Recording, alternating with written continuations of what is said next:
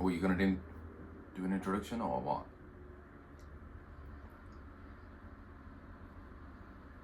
Yeah. Start with the questions or whatever. Start with the questions. Okay. Do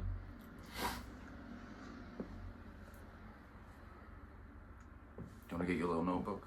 I didn't write anything down.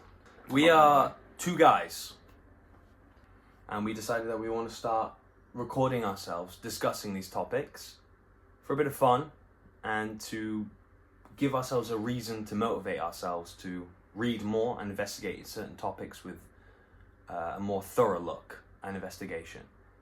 This is Tom. This is Andrew.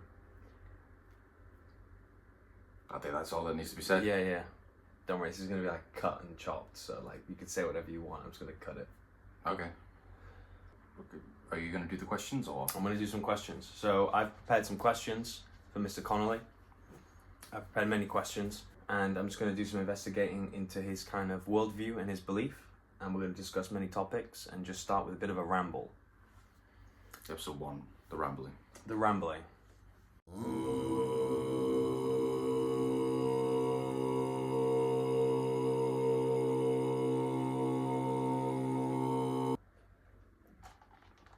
Is it the Odyssey or is it the Iliad that he's doing? It doesn't really matter. It's just going to make it not fun and cool and niche anymore. Everyone's going to know about it. Well, that's the thing, because these things are still niche. I mean, if you say it more like, okay, would you rather be Shakespeare or Caesar?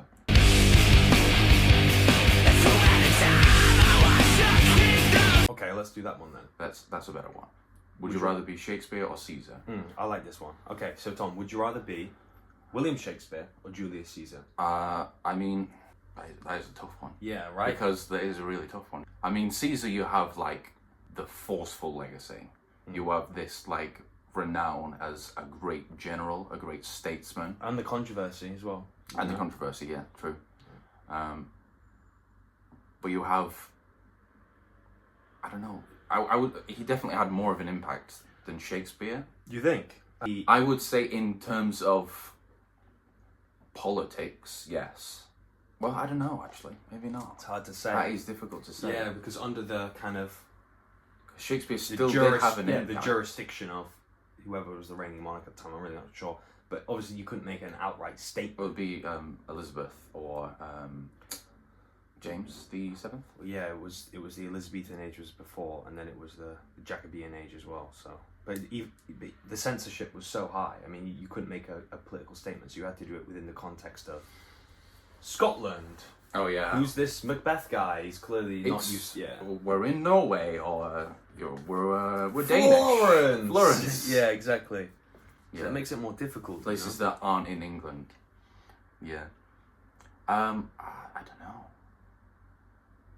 That's a really tough one. I'm thinking about it now as well. Like which one? I mean, I mean, personally, because we're both artists, I feel like we're more inclined to pick Shakespeare because we're more in that world and in that industry. No, definitely not. I mean, it depends how you define art. I mean, you can say that Shakespeare as a poet, as a playwright, great. This is art. We're thinking art, typically. But an atypical piece of art would be like a great political success, or like a great battle. I would say Shakespeare. Just really off the top, yeah. Like really, really, or like really, really. Like really. I would Shakespeare, because he's closer to home. You know what I mean? I would say Shakespeare. You really would pick Shakespeare over Julius Caesar. So let's just put this into a modern context. You're William Shakespeare. Mm-hmm. Now people debate if you even existed. Yeah, that's true. Okay? Julius Caesar, everyone knows that guy lived. And he was assassinated. Everyone knows what victories he had. Everyone knows about his life. That's only because of a period of time. Like, who knows what it's going to be like 1,000 years in the future. It's only because, actually, oh God, yeah, you got me there. You got me. And the thing is that we're talking at least 1,600 years later from Julius Caesar to William Shakespeare. BC to AD, okay, that turn, 1,599 years later, this person existed, William Shakespeare. And now in our modern context, people go, well, maybe he wasn't even about. Maybe it was an elaborate pen name that got out of hand. Yeah, but that's just, Or maybe that's some just earl nonsense. of such so- and such yeah, wrote but it. that's just nonsense. All of these things have already been disproven. They're just kook theories, okay? That was really good. It's obvious that Shakespeare was a real man, okay, and he did exist and he did write these plays, okay? Yeah. And anyone coming along with these nonsensical theories with no real evidence to back them up, that doesn't displace, oh, well, you know, people are calling into question his... I mean, you could do that literally about Napoleon, okay? You can do that about anyone. You can say Napoleon didn't exist. Yeah. And he was an elaborate pen name. Yeah. If you really want to get Well, into it... Yeah, okay. Yeah, like that cardinal did on that video. When he was like, Neapolo. yeah, exactly. Oh, this is Apollo, and you know Apollo had 3 sisters, and blah blah blah blah blah. It's all just circumstance, and you know. Yeah, but no one doubts that he existed. Really? You think there are people out there who go like, nah, Napoleon wasn't real? Probably. I imagine there probably are people Okay, who actually say that. Okay, but those people, I'm not going to sit down and have a discussion about the Well, it's the same. It's the historicity same of thing with Napoleon. Shakespeare. Then you don't have a serious discussion with them. Okay, but there's more... Oh, now I'm in this position. But there's more to say about maybe Shakespeare, or the person who wrote those plays wasn't him, at least. There's more like to that argument. There's more to be like maybe he Well, didn't. what, for example? Yeah, there you go. Yeah, exactly. You don't know. I think he existed. I'm trying to be devil's advocate. I think it's a stupid position. Well, there you go then. It's a stupid position. We both agree on that. Okay, fine. Right, well, okay, let's get back to the original question at hand. Yes. Shakespeare or Caesar? Or Julius Caesar. I would pick Shakespeare. Really? I would pick Shakespeare because he's closer to home. Actually, you know what now? I'm going to pick Caesar. Yeah, that's what I'm I'm going to pick thinking. That's Caesar. what the whole really thing was. Like, yeah, like... No, I'm going to pick Caesar. I mean, I would like to be Shakespeare. I would like to have that creative genius. I'd like to be Shakespeare now. Oh, yeah. I would rather be Shakespeare now than Caesar now. Yeah. Would you? No. No, you'd rather be Caesar now. Yeah, no. I would rather be Shakespeare now. I think that's what I was saying. I don't think I want to be Caesar right now. Not right now. Right now, if you were Caesar. Oh, I don't know. Yeah, exactly. That's what I'm saying. Like, oh, it's crazy, man. Do we have a smoke in here? There's no smoke alarm. Oh, boom, got it. Would you rather be Cicero, right? Marcus Tullius Cicero, or Friedrich Nietzsche? Ooh.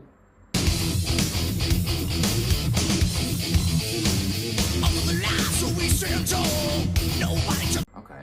So you got the master orator, who's also a philosopher, a great recorder of history, a general, you know, Would a you say consul. Cicero's a philosopher? Oh yeah, of course, 100%. He wrote about philosophy. Just because you write about philosophy, it doesn't make you a philosopher. I would say. the philosophy of rhetoric, the study of knowledge. That's what philosophy is, right? And he took it to his It's axiomatic- debatable, but and he we'll wrote. carry on. He wrote about loads of things. You know, how to live a good life, how to be a good man. You know, if you question if he's a philosopher, then you have to question like the Stoics. You know, Well, no, because Stoicism is a form of philosophy. Cicero was a Stoic, supposedly, maybe. Well, I mean, I followed Stoicism. It doesn't make me a philosopher. Cicero definitely was a philosopher. Okay, He was- sell it to me. Why was he a philosopher? He was a public intellectual. That does irrelevant. But carry on. All right, great. So I can't. Yeah, close the window. Cicero most certainly was a philosopher. Okay. Why? Okay, so there are many sides to this man, the way I understand it.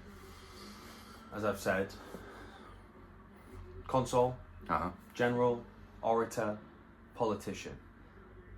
But he wrote a copious amount of works on Epicureanism, Stoicism, Platonism, and integrated those ideas into his way of life, into politics, right? And committed many hours, years of his life to trying to investigate these subjects, and wrote about them and spoke about them and taught about them. He most certainly was a philosopher. If you don't think Cicero was a philosopher, then there are so many other people throughout history who have done the same things as him, or even less, who are considered philosophers. People think Richard Dawkins is a philosopher. Okay? Okay. They All call right. him a philosopher. If you say, All right. what is he? He's All a right. public intellectual, he's a philosopher. He talks about ideas, integrates new ideas into Okay, you the sold me. public consciousness. He was a philosopher. You He was convinced me. really a holistic man, like in the greatest sense. Mhm. Perhaps the Ubermensch. Maybe. He was a great man. Cicero. Yeah. How else do you get to that kind of public standing without Yeah, that's some true. type of like amazing capability to deal with other human beings Okay. Yeah, fair through enough. like their mind, through everything? A genius, a serial genius, or Friedrich Nietzsche, the outlier, a really like Who would I rather be?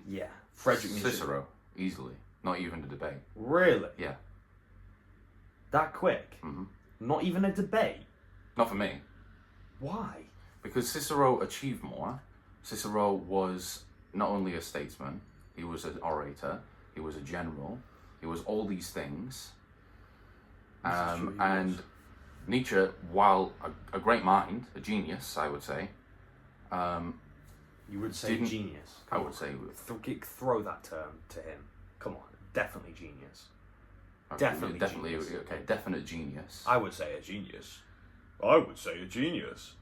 He was a fucking genius. I was just saying it, bro. It wasn't any. It wasn't off. It was just off the cuff. He's a genius. Yes, obviously a genius, Thank you. but not Cicero. Well, Cicero's not a genius. Yeah, obviously. I was saying obviously I would choose Cicero over You Friedrich just Nietzsche. said, but not Cicero. I said, but obviously Cicero. You said not Cicero. We have a recording right here, and let You me said- tell you, you I said- said obviously Cicero. You went not Cicero. I said obviously Cicero. I will stop this right now and I'll show you. You said not Cicero. Go for it. But not Cicero. But not Cicero. But not Cicero.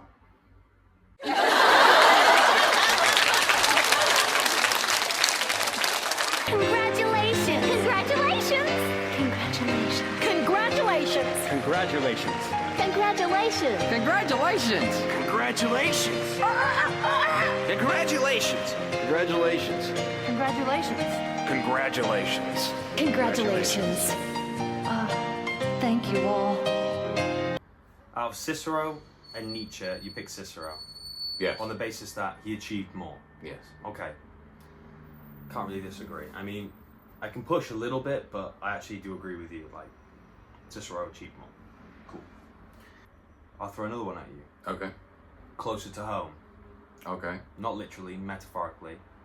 These two men were closer to home. Aristotle Okay. or Plato?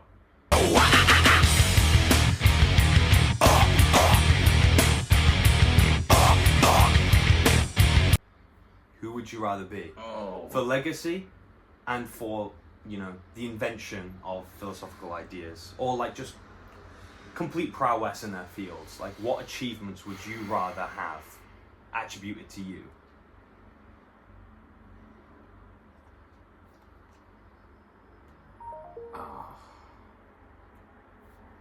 Yeah, buddy. Yeah. That's rough. Have a think about that one. Well, it's difficult because I mean, like in its most basic form, Plato was a metaphysicist Yeah. and Aristotle was a realist. Yes? Yeah, I mean, I agree. In it, no, well, I mean, obviously in...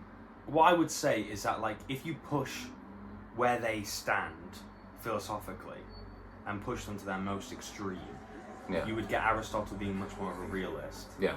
I mean, Then- there is... and Plato s- being much there is more s- of a metaphysicist. There is certain places where they overlap, obviously, since they're, like, joined together. Yeah. Oh, well, Aristotle is a product of Plato's teachings to some degree. Yeah, you definitely say so. Yeah, 100%. So, Fast tracked him, at least. Aristotle. Aristotle, yeah. Really? Yeah. Plato, I wish I was more like Plato, but just living in modern civilization, you inevitably, whether you want to or not, are more like Aristotle's way of thinking rather than Plato's.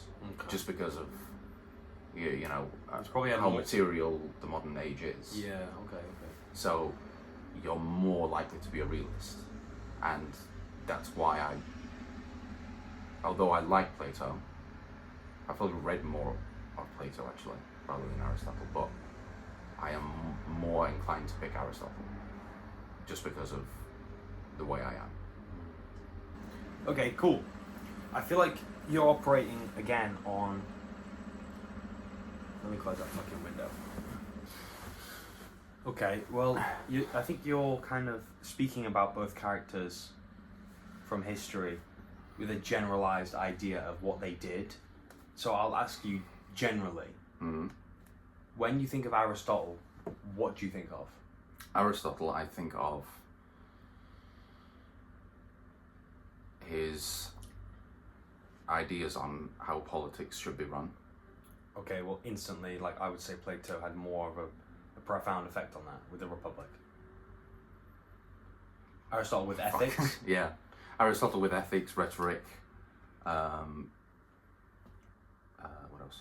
Playwriting, I guess, art, culture, more of a kind of a social commentary. I would say that was more like Plato, though. No, Plato's the metaphysic. Yeah, exactly. If it's art and writing, then Plato is the metaphysicist. And that's more to do with, art. I just talked in circles there. Okay, so but And art, what my because what my art is point was, metaphysical. what my point was, is that like when I think of Plato, I have more specific ideas to point to that came from him. When I think of Aristotle, I have less of like that's what Aristotle did. He did this. But when I think of Plato, Well, that's because I feel that that's I because think we've of the allegory- read more of Plato rather than Aristotle. Or have you read more Aristotle, would you say? probably Aristotle, yeah. That's what I So studied we're in on opposite school. sides then. Yeah, but I'm going for Plato and you're going for Aristotle. Yeah. Yeah, you've read more Yeah, Plato. Listen, like I think Well, sure, this is really bad. I think Aristotle was probably had a greater influence on like the study of skills, like because obviously, like I'm reading The Art of Rhetoric now, Yeah. and I'm like, okay, that's a great text, and he's really educating me, like on how to use rhetoric and what rhetoric is and the philosophy of its use, and and what by that I mean like the ethics of what rhetoric is. Yeah. But with Plato, I think of serious philosophical investigation. Like I said a second ago, the allegory of the cave. I think of the Republic. I think of the Philosopher Yes, King. but- Like, these are like true-born ideas, unique to him. But with Aristotle in my head, what do I think of when I think of like, what did he come up with? Plato's what ideas, true friendship is. That's what I think of Aristotle. I go, what's a friend? Plato's ideas are idealistic, okay? Like the Republic, like you said. The Republic is an ideal society. It doesn't deal with the realities of the world. It's metaphysical. It doesn't exist. No, it's not that it doesn't exist because he was. It can't exist. He was not planning. He was putting forward an idea for what society can become through work. Exactly. It wasn't But an it can't be. unachievable goal.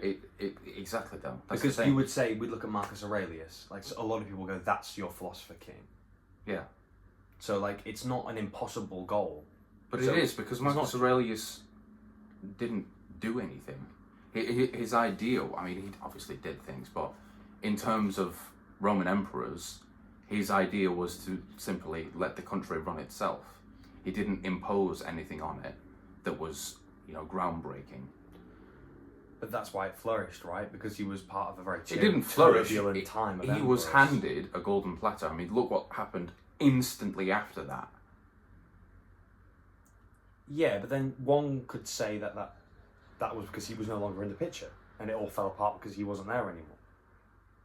But if you're going to hand off something that is immediately going to disband, then clearly you've done a bad job. Okay, so did Alexander the Great do a bad job? Well, yeah. Really? Well, I mean, in his military campaigns, he did an amazing job, obviously. But in his running of the state, he didn't have a clear line of succession, so his empire instantly fell apart between his warring generals, who were all insane, and they just didn't agree on anyone to follow. Okay, and the but- empire completely split. But your point earlier was that he did a bad job because it all fell apart when he was gone. Yeah. So what job are you referring to? What job did he do badly? What is Leaving the, a what, legacy. What is the okay? Or okay. setting up for future What is the main success? purpose of a statesman, a leader of a state? To ensure the stability of your country. Yeah. Would you agree with that statement? Yeah, but I don't see how that statement then can go on to what you're saying, which is what happens when you're no longer in power. What I'm saying is that if you hand over something that when you hand over something that almost instantaneously becomes unstable, you clearly must have done something to cause that instability. Whether that be through, I mean, All right, well, I have a hard question for you. okay, When in history was a state given over to someone else in good hands and then carried on being good? Like, when in history did someone literally go, okay, Marcus now Aurelius. this is yours? The three previous emperors, it was like what was it called? It's called the Golden Age of Rome now, or what was the official name? I can't remember It now. was like the good emperors or something. Yeah, the four good emperors. Whatever it was, yeah. You know, Pax Romanus. If instability comes right after your rule, I would say that you are You've done a bad job. What? at least somewhat responsible then. Okay, but does that... Okay, I'm going to push you hard on this. Like, does that mean you've done a bad job, like, being a statesman while you were in charge of the state? If as soon as you leave the picture, things instantly fall apart, then yeah. Some things like that aren't in control. People usurp the throne. People wait for the opportunity to do their own intentions when that turbulent time occurs. That's not People are always trying exactly. to do So that. it's though. not your fault if you're dead. If you die and then the state gets handed over to someone else and then falls apart, you can't say. okay. You can't say that All that's right. because Let, you did a let's bad let's job. do this then. because Okay. someone has say you manipulated the say you situation. raise a child, okay, until they're I don't know, like 15, 16, something like that. Okay, you've raised them, okay, and as soon as you're dead, they instantly start committing crime. Okay, I mean, So what is that? So that's not your fault? Because I mean, you're giving me an exception to the rule, which is like usually when there's a turbulent transition of power, people are eyeing for power or government or governance, whatever. And just because that certain things go wrong because other players are entering the game, doesn't mean that you did a bad job during your tenancy. Okay, yeah, this very odd specific. If I have a kid and I'm a terrible father, yeah, okay, but that doesn't disprove the rule that, like, it's not your fault if the state you're governing goes into chaos afterwards when you're dead. That just means that you did such a good job that that state can't go on without your governance. I would actually say that that's a... To push what I'm saying even further, that probably means you did an even better job, that you were so good as a ruler that the state couldn't keep up with you, and then when you left, it was lost, because you were the state, you were the country, or whatever. Well, if that's the case, then yeah, it is a bad idea. Because if you're gone and it instantly falls apart because you've put such pressure on this position, then you've invited this chaos through the door. If you've made this golden idol of yourself and your state, and then as soon as it gets knocked over, everything is destroyed, everything just goes in the bin, then yeah, that is your fault. Because you should have prepared for this inevitability, because you're not going to live forever, are you? And if you had the foresight to know that this was going to happen, which you would have if you were a great statesman, because that's what great statesmen do, they have foresight to some degree, then yes, I would say that responsibility lies with them. I believe that Marcus Aurelius in his journal spoke that Commodus was not a good man, and if that was the case, he should have done something to prevent him from becoming the heir. Yeah. Because if he knew that it was going to go to Commodus, and he knew that Commodus was going to be a problem, then yes, that responsibility lies with him, because he knew something was going to happen, and he let it happen. Okay. I still don't think that says he did a bad job while being the head of state. You're not talking about. We're talking about the transition from one statesman to another. Okay, and I'm talking about the transition from one statement to another. And then if that transition is a negative transition, it makes your tendency as that head of state bad or makes you incompetent. That's what I'm talking about. And I'm saying that that transition doesn't mean that he was a bad ruler. Okay, I see what you're saying. So, like, I don't think Marcus Aurelius was a bad ruler because he didn't set up that one thing. I think everything else was great. And I think his body of work speaks for itself. Yeah, he may have not set up for the future very well, but I don't think that makes him a bad statesman, because when he was in charge of Rome, Yeah.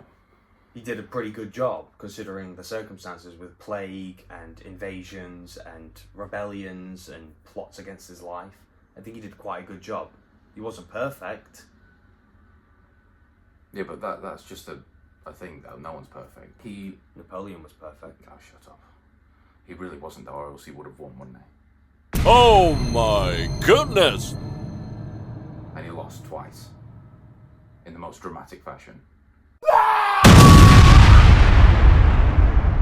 Waterloo and... Which one was the other one? You tell me, Napoleon boy. He didn't lose. Russia. Auguste. He took Moscow. It doesn't matter if you take it.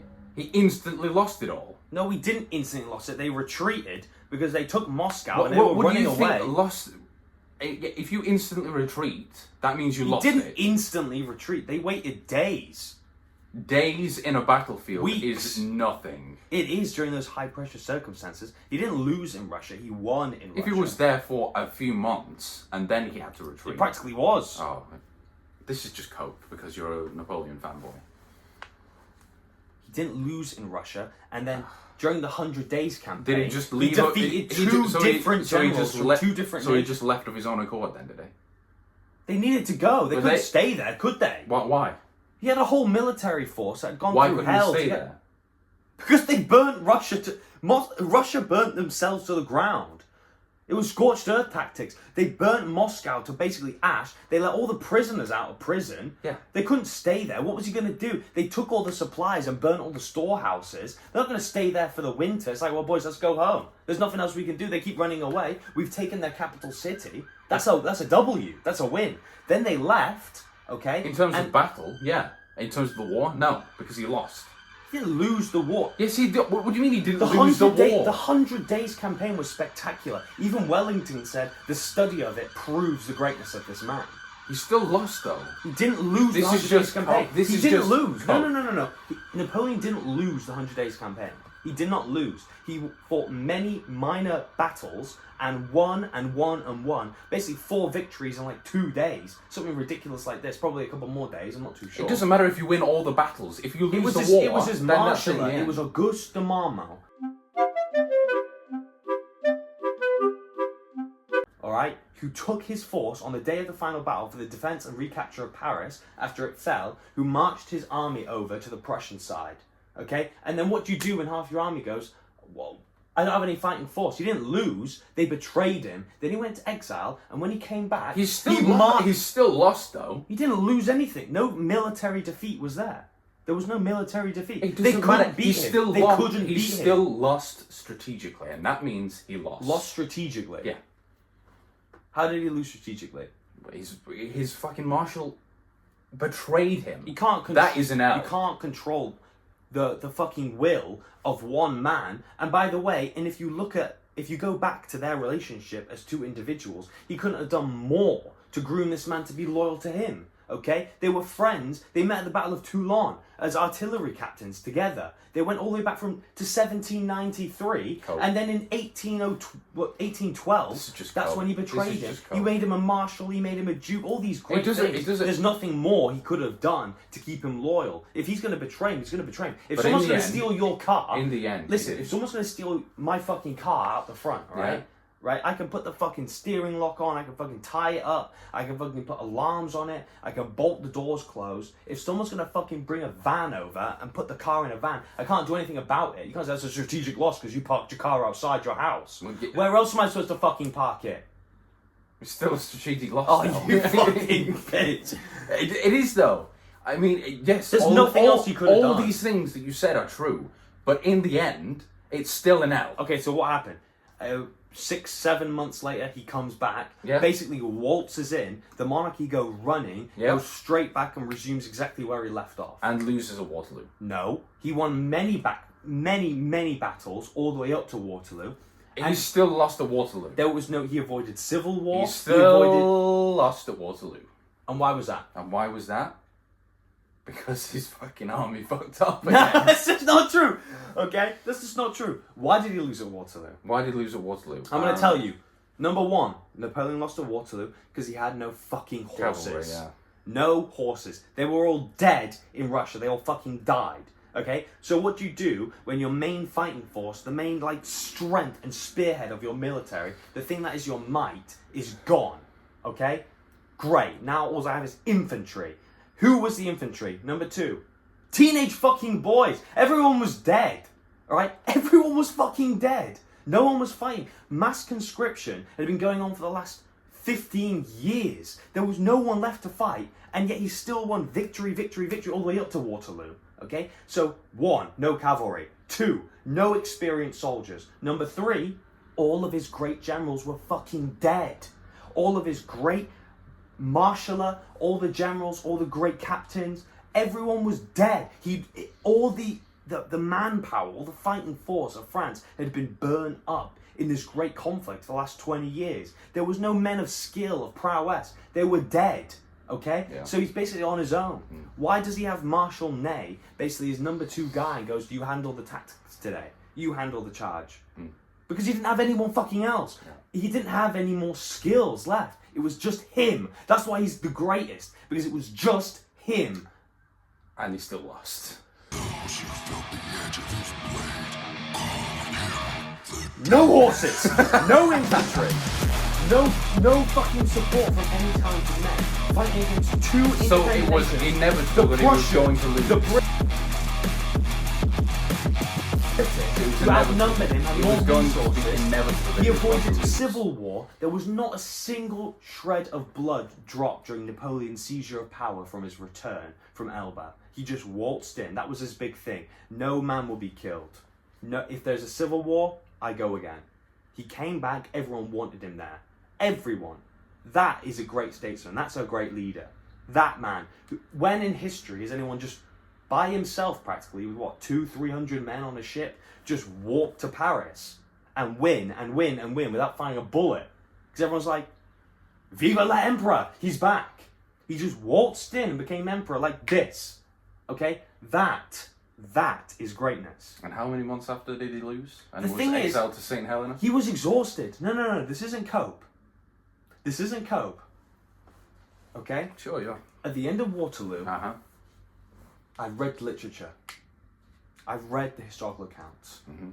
He went on his horse, fled the battlefield. Apparently tears flooded from his eyes because he lost. Okay? It was the great dissipation of his return. Okay? But historically speaking, through the actual fighting force he still had an army.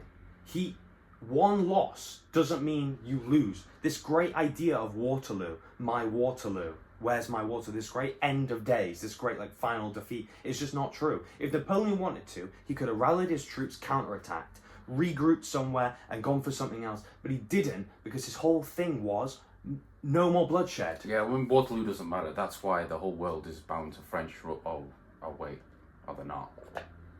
Oh, so Waterloo does matter then, doesn't it? Because you still lost. You still lose. Why are you saying you like I'm fucking French? Because you clearly are a fucking fanboy of Napoleon. Napoleon okay? wasn't even French. No, he was Corsican. Yeah, and Corsican. Where did they come from? Italy. Okay? Okay. We're not getting into like what counts as being French in the fucking 18th century or whatever. If Napoleon wanted to, he could have regrouped and carried on fighting that war, but he was done. He had his first loss since his return from exile, and he was exhausted. He didn't want to keep on killing everyone for his own will. Not even that. The guilt, the responsibility, he didn't want to do that. Okay? He basically surrendered after Waterloo. Okay? And they almost fucking won. Okay? They did a great job considering the circumstances. 2 generals from 2 nations, 2v1, with no cavalry, no infantry, right? No great generals. Had this spiel. And so close. What happened? Marshal Grouchy. Marshal Grouchy. No one talks about Marshal Grouchy, all right? A cavalry officer who was from the aristocracy. He made a marshal when he came back, all right? He was one of the latest crowned marshals. Mm-hmm. He came back. Marshal Grouchy led the cavalry. Okay, he didn't have Murat. Murat was dead. Okay, he didn't have fucking Bessarius. He was dead. Everyone was dead. So we had Grouchy come as a marshal. What happened? You're gonna go and pursue the Prussians this way. Okay, he wasn't a great general. He wasn't a great marshal. So when cannon fire's heard over there, instead of being like, fuck the orders, I'm going back there, he carried out his orders, which were poorly written, because he had Marshal Suchet as his aide-de-camp, because who else was gone? Berthier was gone. Marshal Berthier fell out of a fucking window and died, which was an assassination, by the way. Allegedly. Okay? Maybe. He didn't have anyone. Everyone was in different positions. Everything was going awry. And he still did a great job, and he still could have kept doing a great job. But he didn't though, did he? Right, moving on to art.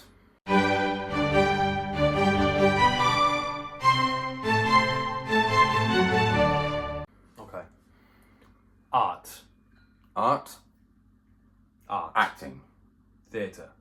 theatre, acting Rhetoric. is a low art form. Why?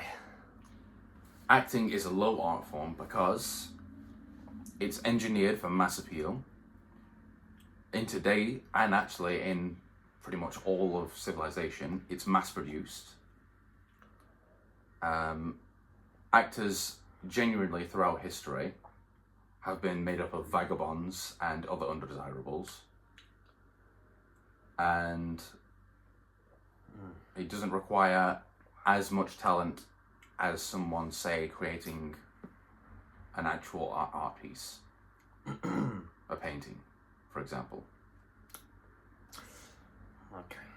You ready to be washed? Come on, hit me with...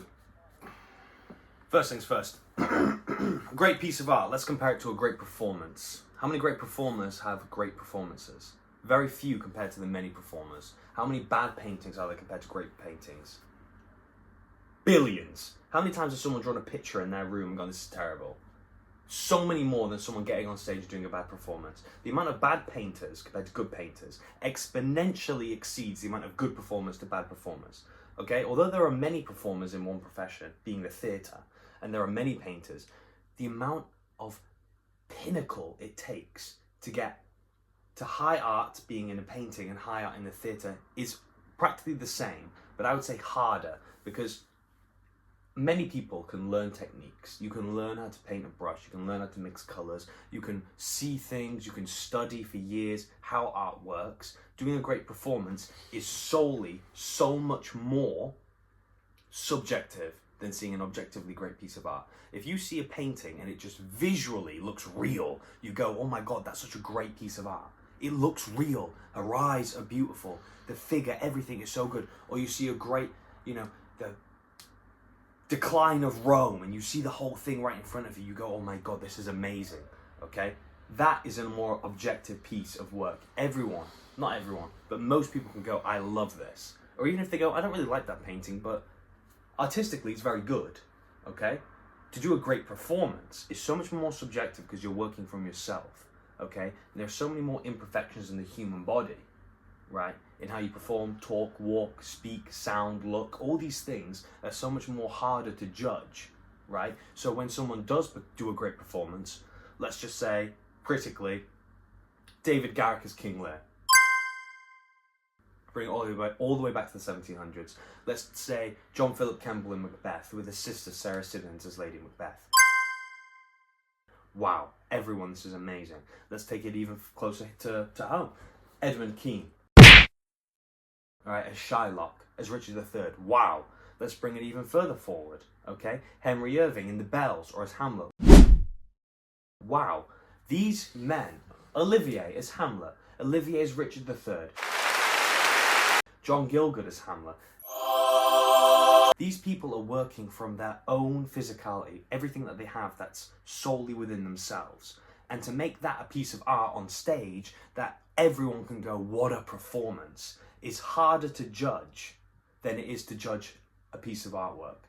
So when you judge a piece of artwork, you go, there are metrics you can use to go, this is good, it's realistic, or it's abstract, but it's still a metric in one direction. But with theatre, with living performing arts, it's harder to use certain metrics because all you have is the effect that that person has on you in the moment. So when someone reaches the pinnacle of theatre through acting, through performance, what they're doing is naturally having an interaction with the audience that has a profound effect, which is harder to achieve than a profound effect through a painting to its recipient. Okay? That's why having a great performance is greater than having a great piece of artwork. It's harder to achieve the pinnacle of theatre than it is to achieve the pinnacle of art. There are thousands of great paintings. Who remembers a theatre performance they saw last week, or 2 years ago, or 5 years ago? Maybe there's one. Oh, I saw Ian McKellen in The Cherry Orchard. It was amazing. Great, that's one. I can't think of anything else.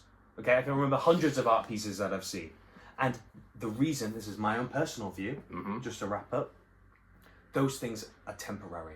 A painting lasts. If it's preserved, obviously, let's just pretend about preserving, keeping it there, blah, blah, blah. Things die, things get destroyed, things get lost. Let's forget about that for a second.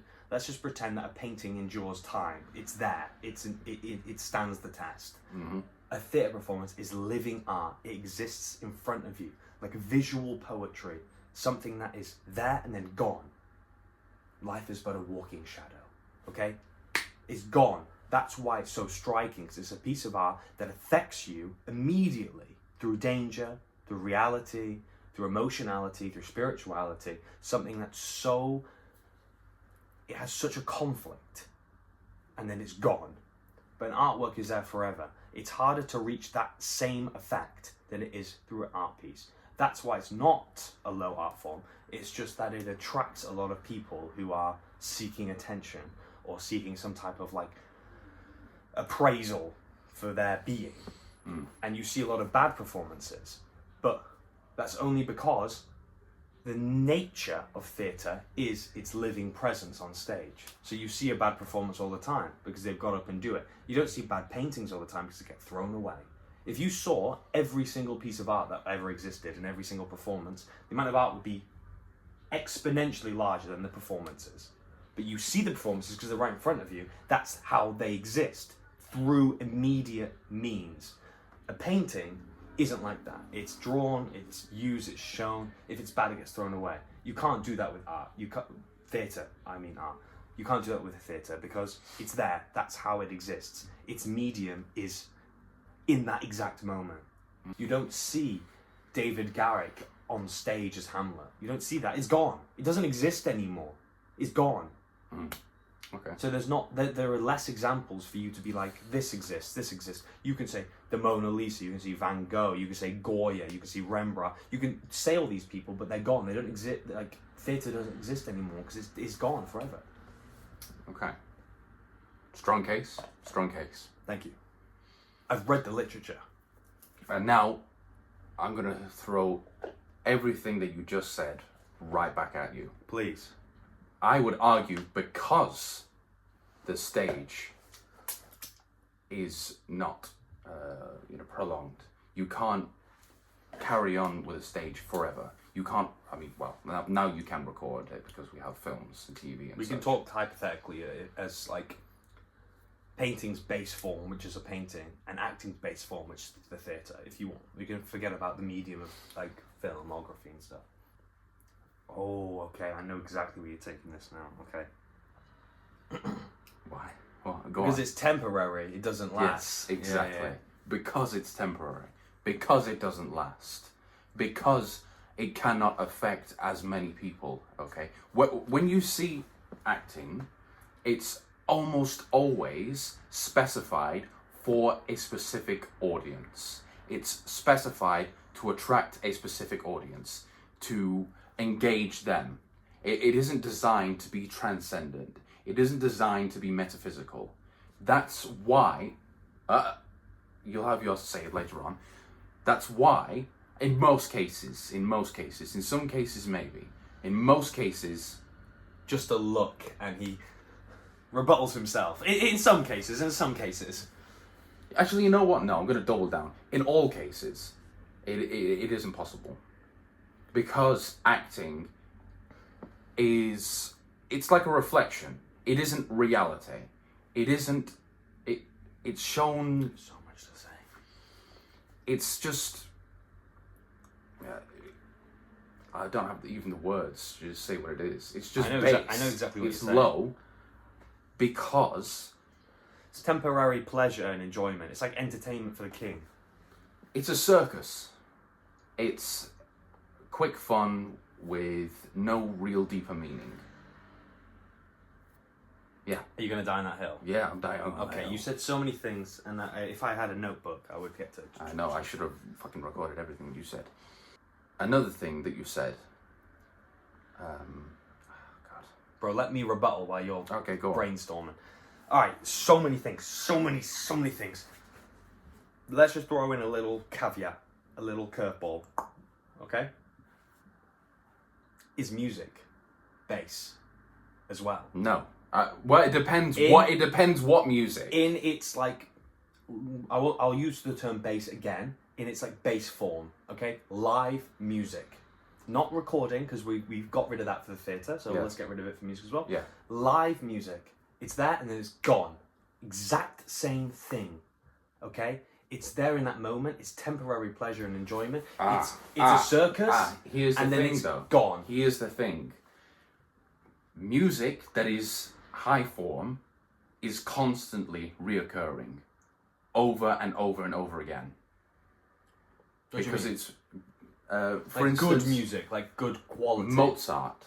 It's everywhere. Okay. I see. Now, Because of the recordings, because of it's been written down. because it's transcendent and everyone wants a little piece of it, okay? And because everyone wants a piece of it, okay, it lowers itself. Mozart in today's society is now lower. I like how because you're everyone pointing has to it. like the typical like tippy top of music, like the genius. Well, what's the point in using little bits of... Okay, you know, you're right, You, you're you right, may you're as right, well you're right. use the best example I take it of back. I whatever take it back. I you take it have. back. I take it back. Okay, Friedrich Nietzsche. Okay, we judge humans by their Excellence. exactly.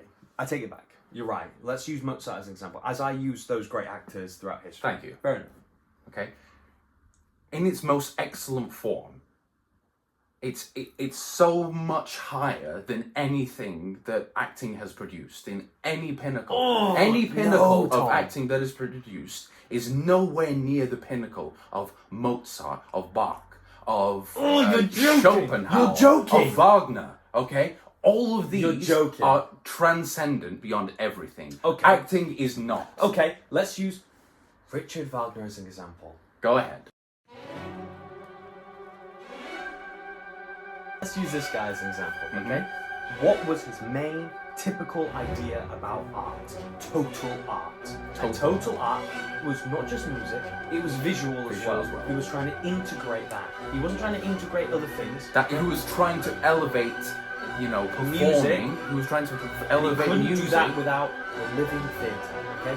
You said, wait. You said, No, okay, go. it's not transcendent. It's not transcendent. Okay, music is transcendent. It exists everywhere. It goes further. Okay, how on earth? Where did theatre become? Where did it start to exist? Okay, myths, stories, rituals. Okay, Homer's Iliad. All these things. All right, we go back to these great Greek pieces of art. All these fantastic myths. All these logos. Everything from history.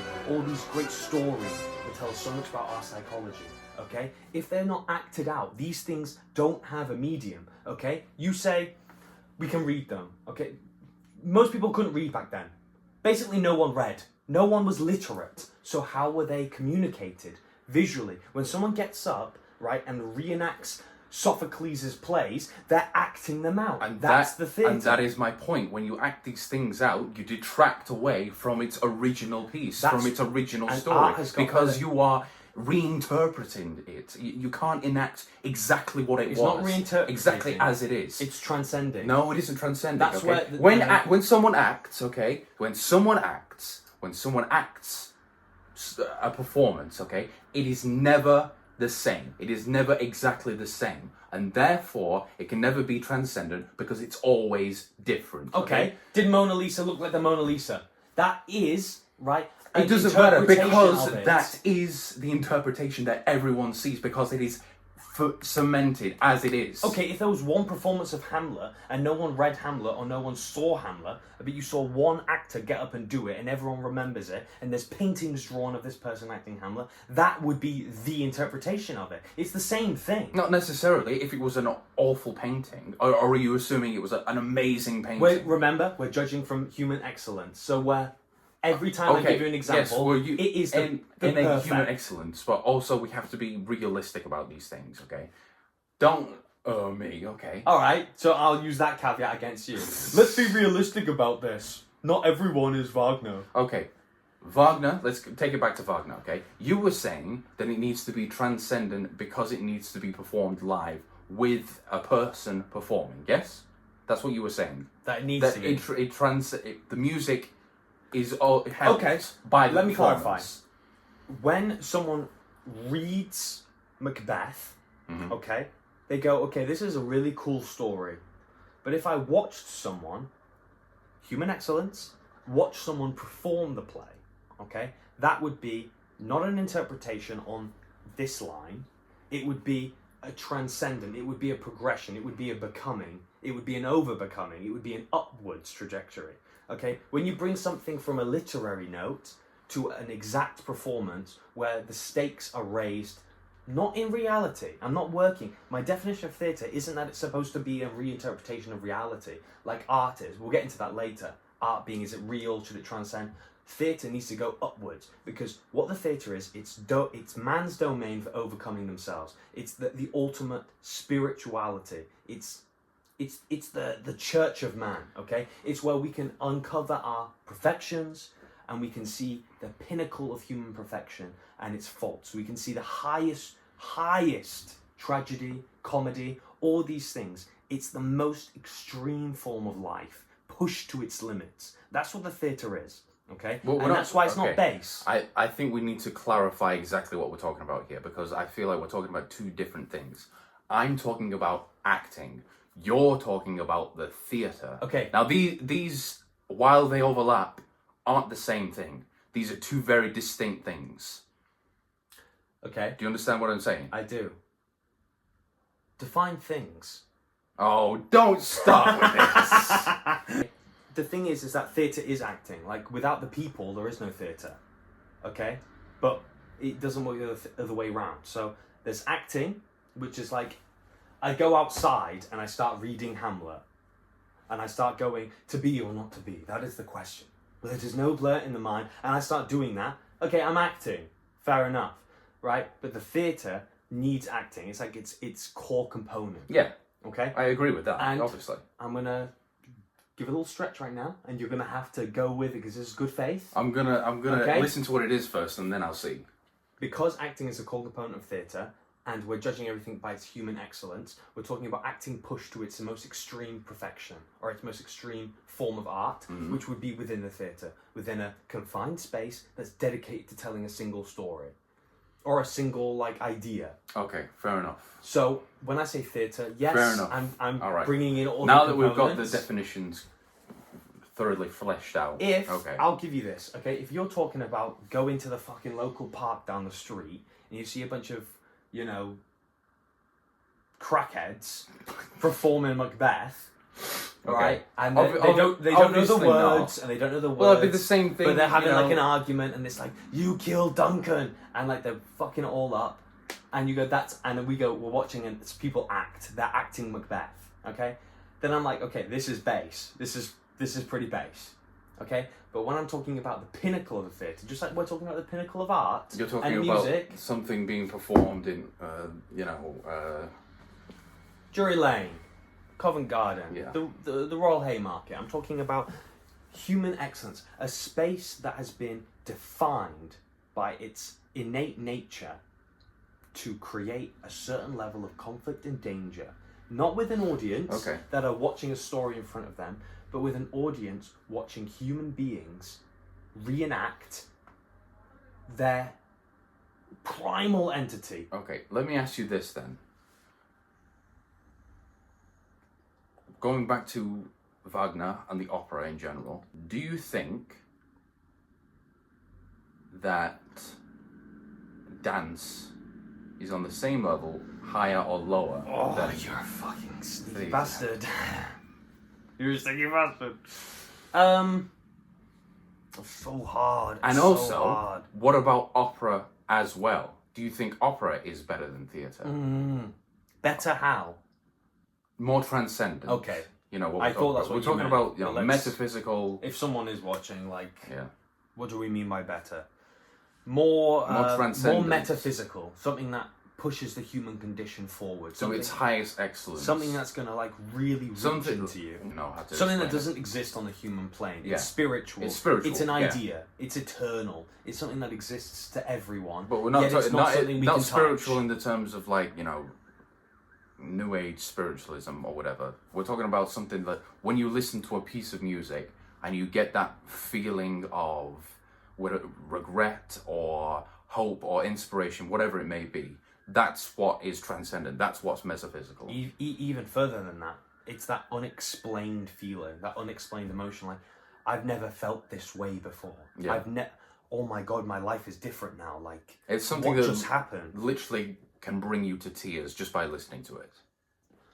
and you don't know why. Yeah. That's what Okay. we mean by that. Dance. Ballet, for example. I would say ballet is the highest form of dance. Do you agree with that?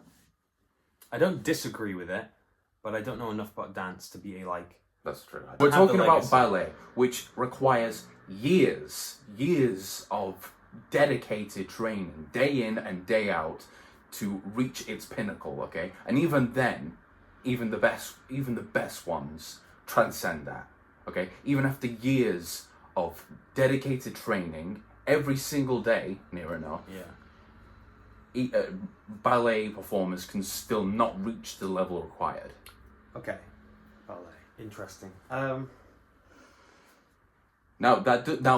just I- because it requires more effort, it doesn't mean that it can't be. It's because just because it requires more effort doesn't mean it's more metaphysically transcending. If you know what I mean. I know. Did what I you explain mean. that I know, right? I know exactly what you mean. That just because there's more effort doesn't mean it's better. That does Simple. kind of retract from everything you just said, but What? No, it doesn't. you just kind of said that it's ballet is better than other styles of dance, like street dance, because it takes years and years and years of training. Yeah, I suppose it is. And then you just went on to say it's not better because it takes a lot of training. Okay, yeah, I did just do that actually. You know what? Cut this. Who the fuck is this guy? I think that I think it's lesser than the theatre, dance and singing. Okay. Okay. Explain yourself. As sole human performance. So if I got into a room and there was a stage Yes. and there are three performers, there's someone who's going to do a monologue, there's someone who's going to sing a song, and there's someone who's going to do a dance, ballet. Do Okay. some ballet dance. I would rather watch, and let's say all three of these people are masters at their form of art. A master ballerina, a master singer, and a master performer. I would rather watch the performer if I could pick one of the three, because that person, not only, compared to the ballerina, all they need to do is be able to move their body, okay, in its like lowest idea, okay? It's the movement of the body. Okay, I get it. There's emotionality, and there's the movement through space and time, and then remember, there's no additives here. There's no music playing. There's no, with the singer, they're just singing. There's no orchestra behind them. With the speaker, there's no action behind them. That's okay? a good point, actually. I would rather watch the speaker because the ballerina is just their body, and I get it's really, really difficult, and watching a master ballerina is fantastic. Watching them move on the stage, the way they compose their body is fantastic. Watching the singer, the way they augmentate their voice, the way they can draw emotion. The actor, on the other hand, and we're talking about the master here, right, not only needs to have a master of rhetoric, speaking, conviction, diction, voice, volume, right? They also need to be able to evoke emotion, to stimulate thoughts, Otherwise, we're dealing with human excellence here. So we're not dealing with some person who's going on and just speaking Hamlet. Well, we're dealing with someone who's speaking Hamlet Rebuttal. and making us question morality. Rebuttal to that, don't you also need those dedications in those other fields as well, in dance and singing? Yeah, but not to its highest caliber. Because all Well, you've why got not? is one Why person not, though? speaking. Because through dance, if someone's singing, for example, let's take singing, you're trying to reach someone emotionally. Through singing, that's what you do. Yeah. You reach them through emotion. Okay, great. So you need to have diction, you need to have projection, you need to have all the things that you just listed. Because it's not just about, But if there's you just stood extras, there, there's extras, Tom. if you just There's stood there extras. and just sang out, like, it could be very beautiful, but it's also with the movement as well. That's what singing does as well.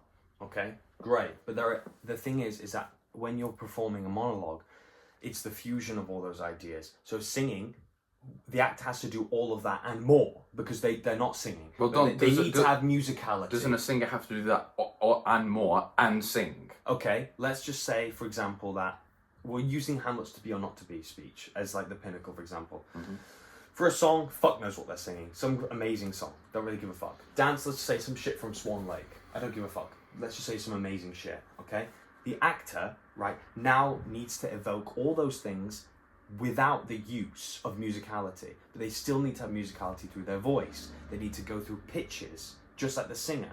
But the singer has the pleasure of being able to use their voice solely through song, okay? The actor's solely using their rhetoric and their speech, okay? It's harder to evoke those emotions through just speaking than through singing.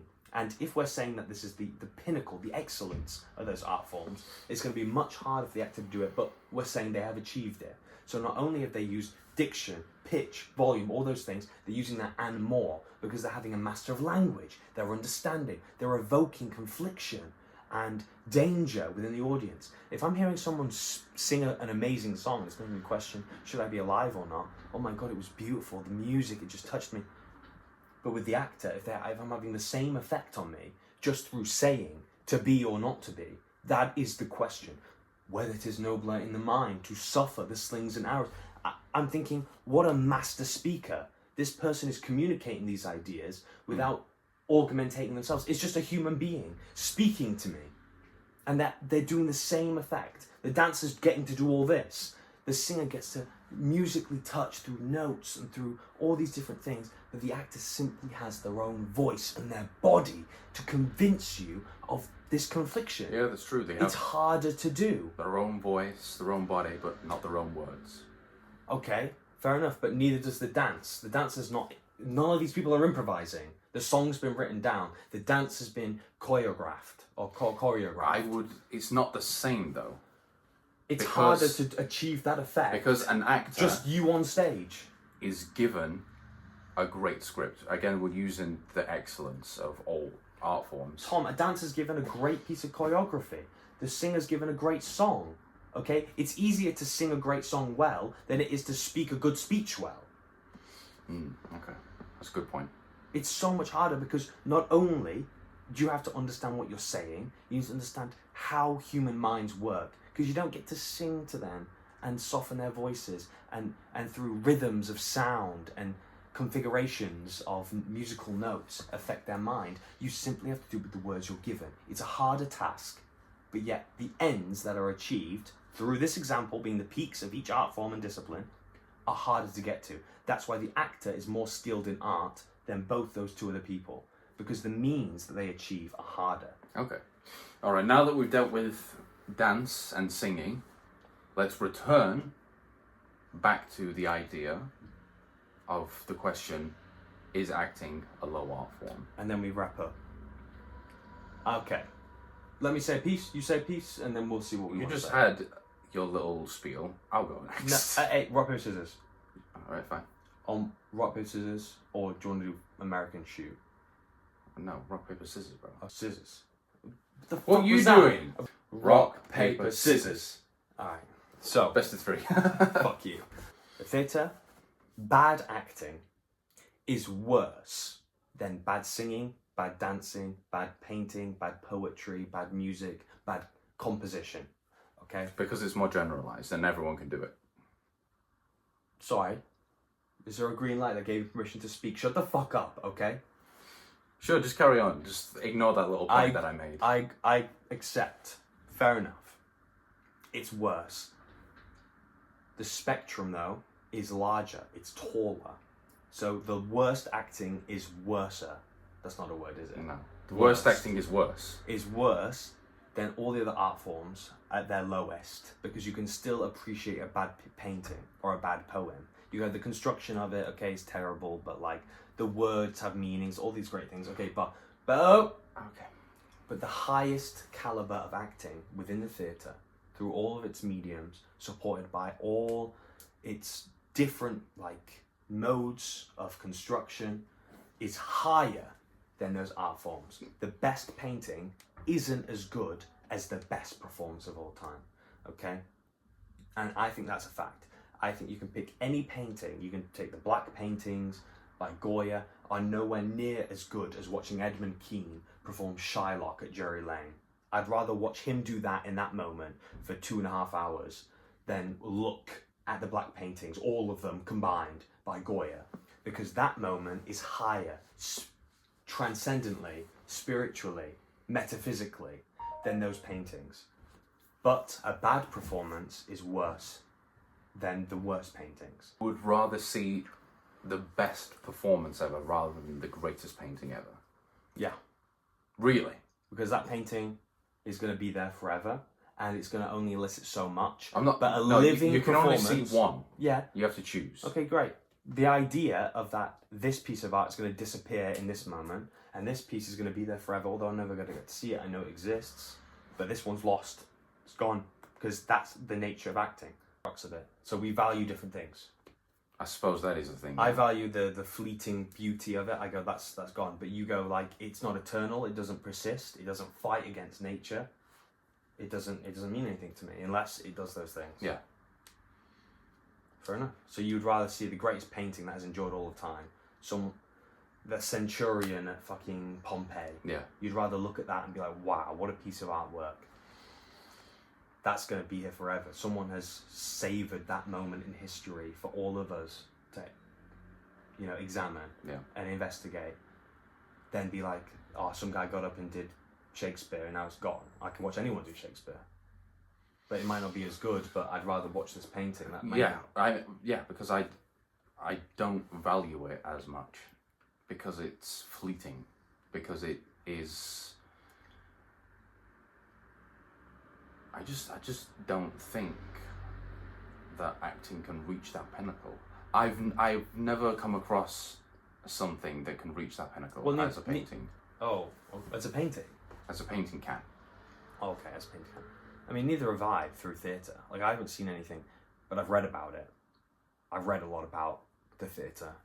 Every single book you can think of. Well, I mean, that's my point though. So I feel like those things have existed. We just haven't seen them again occur. Maybe. They're out there somewhere, surely. But then again, that's the difficult thing, is that it's gone. You may go to some box theatre in the middle of Camden High Street and see the best thing you've ever seen in your life, but we'll never know about it because it was just there and now it's gone forever. But the greatest piece of artwork is still at the fucking Tate Museum. Well, that's another caveat as well. Does it what's the word I'm looking for? When it's closed off, when not as many people can see it, what's the word I'm trying to find? Enclosed,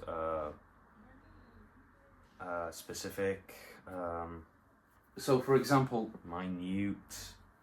not everyone would be able to see a performance like that. Accessible. Accessibility. We're close. I know the word you're looking for is also gone. Yeah, accessibility. That'll substitute. The accessibility of it, does that also add to its value? For example. No, Tom, you fucked yourself. You just fucked yourself. You've actually just fucked yourself. No. Whoa. Tom, let me finish. You've What you're going to fucked it. say, because you can only see that performance once. I know.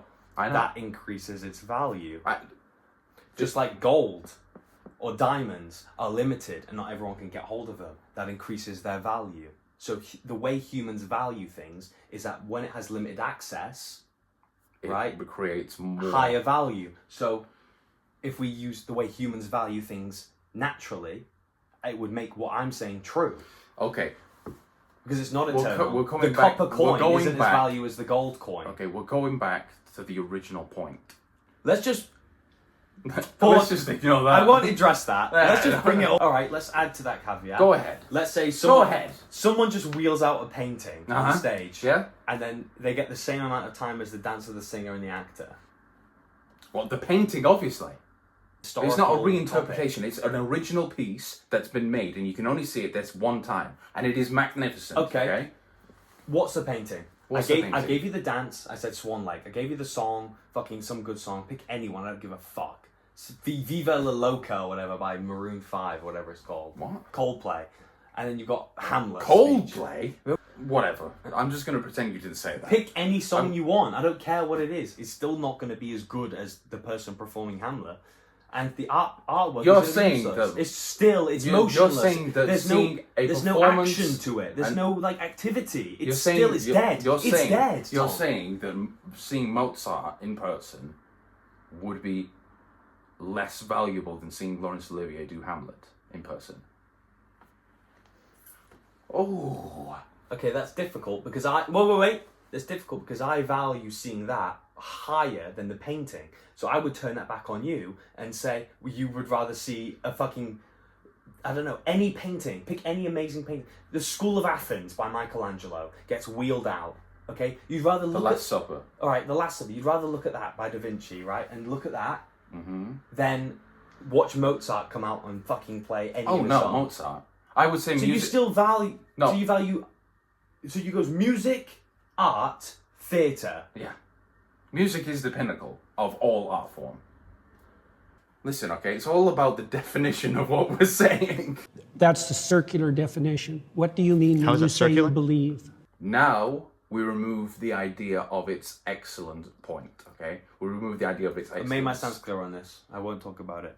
What do you mean you won't talk about If it? you take if you take Yeah, because if you take it away, you know that acting is absolutely abysmal. Yeah. Because it's mass-produced, it's mass-consumed, Yeah. and it is useless, I've okay? already addressed that. I said, most people fall Okay, below well the that's the average. real I'd rather- reality of the situation. I'd rather watch an and therefore the average- reality is that music and paintings are better than acting, because acting is a low I agree. in the reality of the world. Okay? In its- If it's in its pinnacle at all forms, then yes, maybe it can become a high form. Maybe you can. No, okay. Acting is a Any of- low art form, because in the reality of the world, it is a low art form. You Music... just said the same thing twice. Yeah, well I'm just reiterating the point, that's why. It sounds Because like it's you're a trying lo- to convince yourself. You're trying to convince me that that isn't true, which it simply is true. Yeah, you didn't address my point. Your point. You just repeated yourself twice. That wasn't a fucking point. Yes, it was. You sound like a broken record. You sound like a retard. All right. To summarize, Summarize. Acting is a low art form. good acting is better than good art. Bad acting. Well, art- Wait. You didn't let me No, no, no. fucking finish. Fucking finish. Is acting not a form of art? Yes. Okay, well then say paintings or music. Don't say art, because then it doesn't make sense. Fine. We're going to be Mr. Definitions. Let's go. I fucking hate you. yeah. Bad acting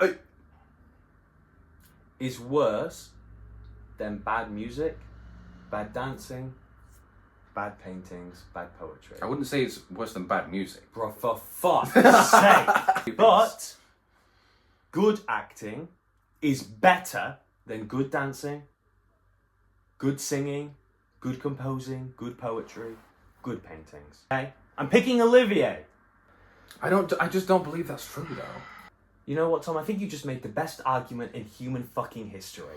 I just don't believe that's true, though. I don't believe it's true because all an actor has to do is convince the audience that what they're saying is believable.